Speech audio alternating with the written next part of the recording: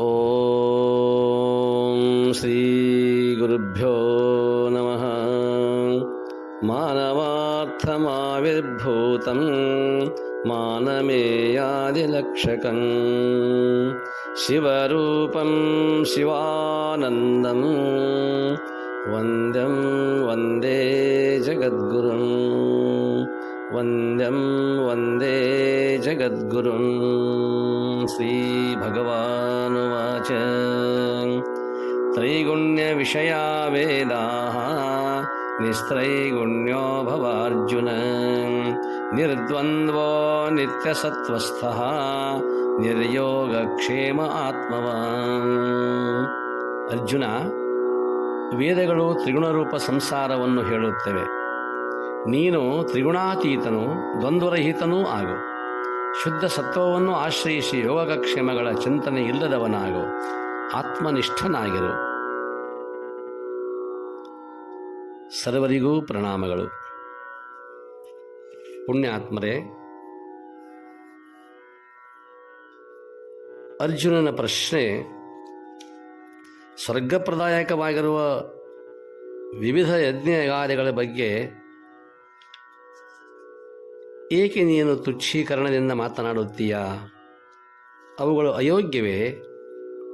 ಅವುಗಳು ಕೂಡ ಸಾಧಕನಿಗೆ ಸಾಧನೆಯಾಗಿವೆ ಇಲ್ಲ ಎಂದಾಗ ಭಗವಂತ ಉಪದೇಶಿಸುತ್ತಾನೆ. ಅರ್ಜುನ, ಸತ್ವ ರಜ ತಮೋ ಗುಣಗಳು ವಿಶ್ವದ ಮೂಲ ಗುಣ. ಅಲ್ಲಿ ಊರ್ಧ್ವಲೋಕ, ಮಧ್ಯಲೋಕ, ಅಧೋಲೋಕ ಎಂಬುದಾಗಿ ಇವೆ. ಪುಣ್ಯವನ್ನು ಮಾಡಿ ಸ್ವರ್ಗಕ್ಕೆ ಅಂದರೆ ಊರ್ಧ್ವಲೋಕಕ್ಕೆ, ಪುಣ್ಯ ಪಾಪಗಳನ್ನು ಮಾಡಿ ಮಧ್ಯಲೋಕಕ್ಕೆ ಅಂದರೆ ಮರ್ತ್ಯಲೋಕಕ್ಕೆ, ಬರೀ ಪಾಪಕರ್ಮಾದಿಗಳನ್ನು ಮಾಡಿ ಅಧೋಲೋಕಕ್ಕೆ ಅಂದರೆ ಪಾತಾಳ ಲೋಕಕ್ಕೆ ಗಮಿಸುತ್ತಾನೆ ಈ ಜೀವ. ಗುಣಬದ್ಧನಾಗಿ ಕೋಟಿ ಕೋಟಿ ವರ್ಷಗಳವರೆಗೆ ಲೋಕಲೋಕಾಂತರಗಳಲ್ಲಿಯೇ ಸಂಚಾರವನ್ನು ಮಾಡುತ್ತಾನೆ. ಅನೇಕ ಭೋಗಗಳನ್ನು ಭುಂಜಿಸುತ್ತಾನೆ. ಆದರೆ ಸತ್ಯ ಸಾಕ್ಷಾತ್ಕಾರವಾಗಲಿ ಸರ್ವತಂತ್ರ ಸ್ವಾತಂತ್ರ್ಯವಾಗಲಿ ಇವನಿಗೆ ಎಂದಿಗೂ ಕೂಡ ಸಮನಿಸದು. ಕೇವಲ ಈ ಗುಣಗಳಲ್ಲಿಯೇ ತೊಳಲಾಡುತ್ತಾನೆ, ಹೊರಳಾಡುತ್ತಾನೆ, ಒದ್ದಾಡುತ್ತಾನೆ. ಆದ್ದರಿಂದ ಅರ್ಜುನ, ನೀನು ಮಾತ್ರ ಈ ತ್ರಿಗುಣಾತ್ಮಕ ಸಂಸಾರದಲ್ಲಿ ಸಿಲುಕಬೇಡ. ತ್ರಿಗುಣಗಳಿಂದ ಪಾರಾಗುವುದೇ ನಿನ್ನ ಉದ್ದೇಶ, ನಿನ್ನನ್ನು ಪಾರು ಮಾಡುವುದು ನನ್ನ ಉದ್ದೇಶ. ಇಹಪರ ಐಶ್ವರ್ಯಗಳು ಕ್ಷಣಭಂಗುರವಾದಗಳು, ಅವುಗಳಲ್ಲಿ ವಿರಕ್ತಿಯನ್ನು ತಾಳು. ನೀನಾಗಬೇಕು ನಿರ್ದ್ವಂದ್ವನಾಗು, ನಿತ್ಯ ಸತ್ವಸ್ಥನಾಗು, ನಿರ್ಯೋಗಕ್ಷೇಮ ಆತ್ಮವಾನ್ ಭವ. ಮಾನ ಅಪಮಾನ, ಜಯ ಅಪಜಯ, ಲಾಭ ಹಾನಿ ಇಂಥ ಎಲ್ಲ ದ್ವಂದ್ವಗಳ ಭಾವವನ್ನು ಮೀರು ಅರ್ಜುನ. ಗುಣದ್ವಂದ್ವಗಳ ಪರಿಧಿಯಿಂದ ಪಾರಾಗು, ದೂರಾಗು. ನಿರ್ದ್ವಂದ್ವತೆಯನ್ನು ಸಾಧಿಸಬೇಕಾದರೆ ನೀನು ನಿತ್ಯಸತ್ವಸ್ಥನಾಗು. ಅಂದರೆ ನೀನು ವಿಕಾರಶೀಲವಾದ ಸಂಸಾರಕ್ಕೆ ಪ್ರೇರಕವಾದ ಸತ್ವ ರಜ ತಮ ಗುಣಗಳನ್ನು ದಾಟು. ತುರ್ಯಮಂಡಲವನ್ನು ಏರು. ಉನ್ಮನಿಯ ಸ್ಥಿತಿಯನ್ನು ಸಂಪಾದನೆ ಮಾಡು. ಅದೇ ನಿನ್ನ ನಿತ್ಯ ಸತ್ವಸ್ಥಿತಿ. ಪರಮಾತ್ಮನು ಪ್ರಕಟವಾಗುವ ನಿಜವಾದ ತಾಣ ಅದು. ಈಶ್ವರನ ಪವಿತ್ರ ಕರುಣಾಪ್ರಸಾದ ದೊರೆಯುವ ಸ್ಥಾನ. ಇನ್ನು ನಿರ್ಯೋಗಕ್ಷೇಮವಾನ್ ಆತ್ಮವಾನ್ ಭವ ಅಂದರೆ ಅಪ್ರಾಪ್ತ ಪ್ರಾಪ್ತಿರೂಪ ಯೋಗ. ಯಾವುದು ಪ್ರಾಪ್ತವಾಗಿಲ್ಲವೋ ಅದನ್ನು ಪ್ರಾಪ್ತಿ ಮಾಡಿಕೊಳ್ಳಬೇಕೆಂಬುದು ಒಂದು ಯೋಗ. ಇನ್ನು ಪ್ರಾಪ್ತಿಯಾದದ್ದನ್ನು ಅಂದರೆ ದೊರೆತದ್ದನ್ನು ಅದನ್ನು ಯೋಗಕ್ಷೇಮದಿಂದ ರಕ್ಷಣೆಯ ರೂಪದಲ್ಲಿ ಅದನ್ನು ಸಂಪಾದಿಸಬೇಕು, ಹಾಗೆಯೇ ಇಟ್ಟುಕೊಳ್ಳಬೇಕು, ಅದನ್ನು ಬಿಟ್ಟುಕೊಡಬಾರದು ಎಂಬುದಾಗಿ ತೊಳಲಾಡುತ್ತಾನೆ. ಆದರೆ ನೀನು ಇವೆರಡಕ್ಕೂ ತೊಡಗಬೇಡ. ಬೇಕೆಂಬುದಾಗಿ ಬೇಡ, ಇದ್ದುದನ್ನು ರಕ್ಷಣೆ ಮಾಡುವುದು ಬೇಡ. ಅದು ತನ್ನಷ್ಟಕ್ಕೆ ತಾನು ಇರುತ್ತದೆ, ಹೋಗುತ್ತದೆ. ಅಂದರೆ ಯೋಗ ವಿಯೋಗ ಸೃಷ್ಟಿಯ ಅನಿವಾರ್ಯ. ನಮ್ಮ ಪ್ರಾರಬ್ಧಾನುಸಾರ 10 ಹಲವು ಭೋಗಗಳು ಬರಲಿ, ನೀನು ಅವುಗಳನ್ನು ಪರಿಪಾಲಿಸಬೇಕಿಲ್ಲ. ಇಲ್ಲವೇ ಹೊರದೂಡಬೇಕಾದ ಅಗತ್ಯವೂ ಇಲ್ಲ. ಪ್ರಾರಬ್ಧಾನುಸಾರ ನಿನ್ನನ್ನು ಅರಸಿಕೊಂಡು ಬರುತ್ತವೆ, ಕೆಲ ಸಮಯ ಇರ್ತವೆ, ಆಮೇಲೆ ಮಾಯವಾಗುತ್ತವೆ. ಆದುದರಿಂದ ನೀನು ಅವುಗಳ ಯೋಗಕ್ಕಾಗಿ ಹಂಬಲಿಸಬೇಡ, ವಿಯೋಗವಾದಾಗ ದುಃಖಿಸಬೇಡ. ಧನ, ಧಾನ್ಯ, ಮಡದಿ, ಮನೆಗಳ ಯೋಗ ಹಾಗೂ ಜೋಪಾಸನೆಗಳಲ್ಲಿ ಕುಳಿತಿಯಾದರೆ ಪುರುಷಾರ್ಥ ಸಿದ್ಧಿಸದು, ನಿನ್ನ ಶೋಕ ನೀಗದು. ನಿನ್ನ ಮೂಲ ಸ್ವರೂಪವೇನು ಗೊತ್ತೇನು ಅರ್ಜುನ? ಪವಿತ್ರ ಆತ್ಮ. ಅವನತ್ತ ಒಂದಿಷ್ಟು ಹೊರಳು, ತದೇಕ ಚಿತ್ತನಾಗು, ಅವನಲ್ಲಿಯೇ ವಾಸಿಸು. ಜೀವಭಾವವನ್ನು ಅವನ ಚರಣ ಕಮಲಗಳಲ್ಲಿ ಸಮರ್ಪಿಸಿಬಿಡು. ಛತ್ರಪತಿ ಶಿವಾಜಿ ಮಹಾರಾಜ ಹಿಂದೂ ಸಾಮ್ರಾಜ್ಯವನ್ನು ಕಟ್ಟಿ ರಕ್ಷಣೆ ಮಾಡಿದ. ಆದರೆ ಅವನ ಗುರುಗಳು ಸಮರ್ಥ ರಾಮದಾಸರು. ರಾಮದಾಸರಿಗೆ ಕೌಪಿನವೊಂದನ್ನು ಬಿಟ್ಟು ಮೈಮೇಲೆ ಯಾವ ಬಟ್ಟೆಗಳೂ ಇಲ್ಲ. ಕೈಯಲ್ಲಿ ಒಂದು ಯೋಗದಂಡ, ಇನ್ನೊಂದು ಕೈಯಲ್ಲಿ ಭಿಕ್ಷಾ ಪಾತ್ರೆ, ನಿರಾಸಕ್ತ ವೈರಾಗ್ಯದ ಜೀವನವನ್ನು ಸಾಗಿಸ್ತಾ ಇದ್ದರು. ಒಂದು ದಿನ ಶಿಷ್ಯ ಶಿವಾಜಿ ಮಹಾರಾಜನ ಅರಮನೆಯ ಮುಂದೆ ನಿಂತುಕೊಂಡು ರಾಮದಾಸರು ಭಿಕ್ಷೆಯನ್ನು ಕೇಳುತ್ತಾರೆ. ಜೈ ರಘುವೀರ ಸಮರ್ಥ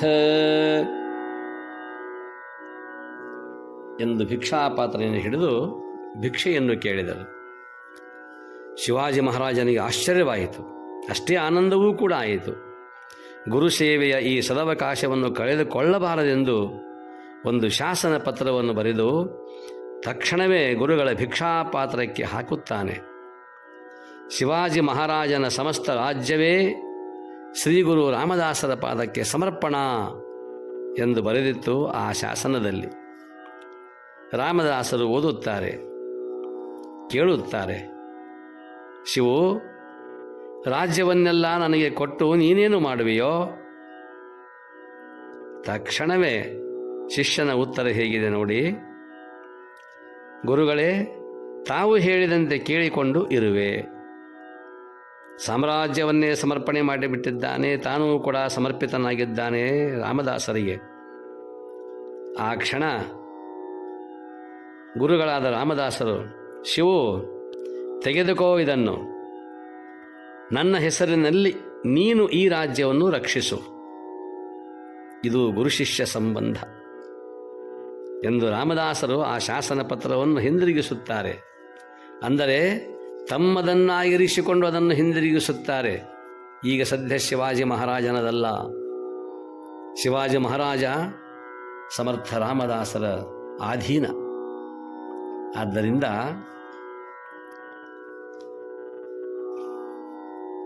ಅರ್ಜುನ, ಯಾವುದು ನಮ್ಮ ಸಂಪತ್ತು?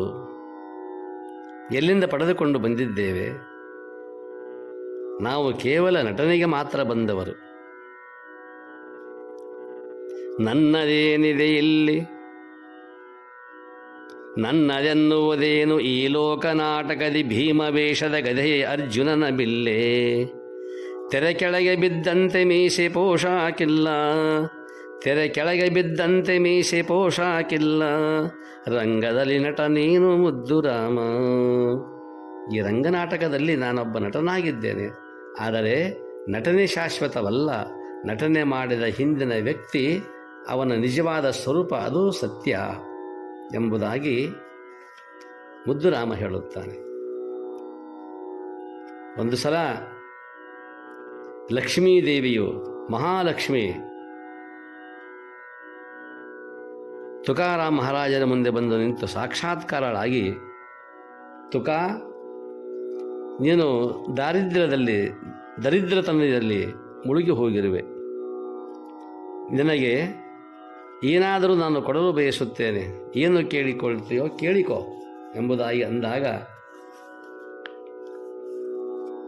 ತುಕಾರಾಮರು ಹೇಳುತ್ತಾರೆ, ತಾಯಿ ಭಗವತಿ, ಯಾರ ನಾಲಿಗೆ ಮೇಲೆ ವಿಠ್ಠಲ ಎಂಬ ನಾಮವಿದೆಯೋ ಅವರತ್ತ ನೀನು ಅಪ್ಪಿ ತಪ್ಪಿಯೂ ಸುಳಿಯಬೇಡಮ್ಮ.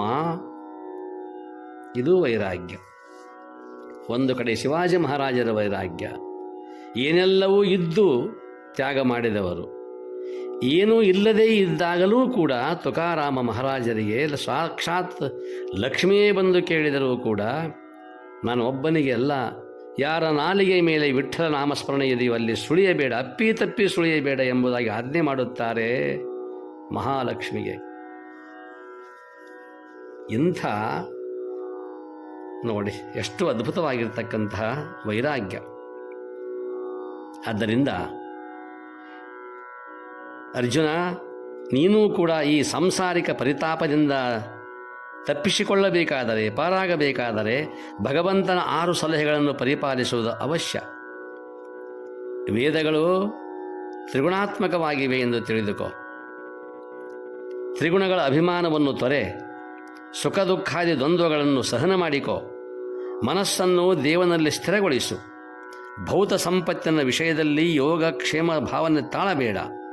ಅಪ್ರಮತ್ತನಾಗು, ಮತ್ತನಾಗಿ ಕೂಡಬೇಡ ಎಂದು ಹೇಳಿದಾಗ, ವೇದಗಳನ್ನು ಕುರಿತು ಒಂದಿಷ್ಟು ಭಗವಂತನ ಮುಖದಿಂದ ಬೇರೆ ರೀತಿಯಾಗಿರತಕ್ಕಂಥ ಮಾತುಗಳು ಬಂದಾಗ, ಟೀಕೆಗೆ ಒಳಗಾದಾಗ, ಆ ವೇದಗಳನ್ನು, ಆ ಕರ್ಮಭಾಗವನ್ನು ಟೀಕೆ ಎಂಬುದಾಗಿ ಮಾತನಾಡಿದಾಗ ಅರ್ಜುನನಿಗೆ ಸಂದೇಹ ಬರುತ್ತದೆ. ಗೋವಿಂದ, ವೇದಗಳು ಸನಾತನ ಬ್ರಹ್ಮನ ನಿಶ್ವಾಸದಿಂದ ವ್ಯಕ್ತವಾಗಿರುವಂಥವುಗಳು. ಅವುಗಳಲ್ಲಿ ಹೇಳುವುದೆಲ್ಲವುಗಳು ಕೂಡ ಪವಿತ್ರವಾಗಿವೆ. ಹೀಗಿರುವಾಗ ವೇದ ನಿರೂಪಿತವಾಗಿರುವಂಥ ಯಜ್ಞ ಹೋಮ ಅರ್ಚನೆಗಳ ನೆರವೇರಿಸಿ ಇಹಪರ ಭೋಗಗಳನ್ನು ಪಡೆದರೆ ಅದರಲ್ಲಿ ಏನು ಹಾನಿ, ಏನು ತಪ್ಪಿದೆ?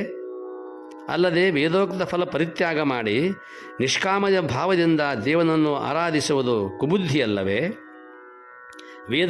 ವೇದ ಮಾತೆಯ ಮಾತನ್ನು ಧಿಕ್ಕರಿಸಿದಂತಾಗುವುದಿಲ್ಲವೇ ಎಂಬುದಾಗಿ ವೇದಗಳನ್ನು ಕುರಿತು ಒಂದಿಷ್ಟು ಪ್ರಶ್ನೆ ಕೇಳುತ್ತಾನೆ. ಭಗವಂತ ಉತ್ತರಿಸುತ್ತಾನೆ. ನಾಳೆ ನೋಡುವ. ಸರ್ವರಿಗೂ ಪ್ರಣಾಮಗಳು. ಓಂ ಶಾಂತಿ ಶಾಂತಿ ಶಾಂತಿ.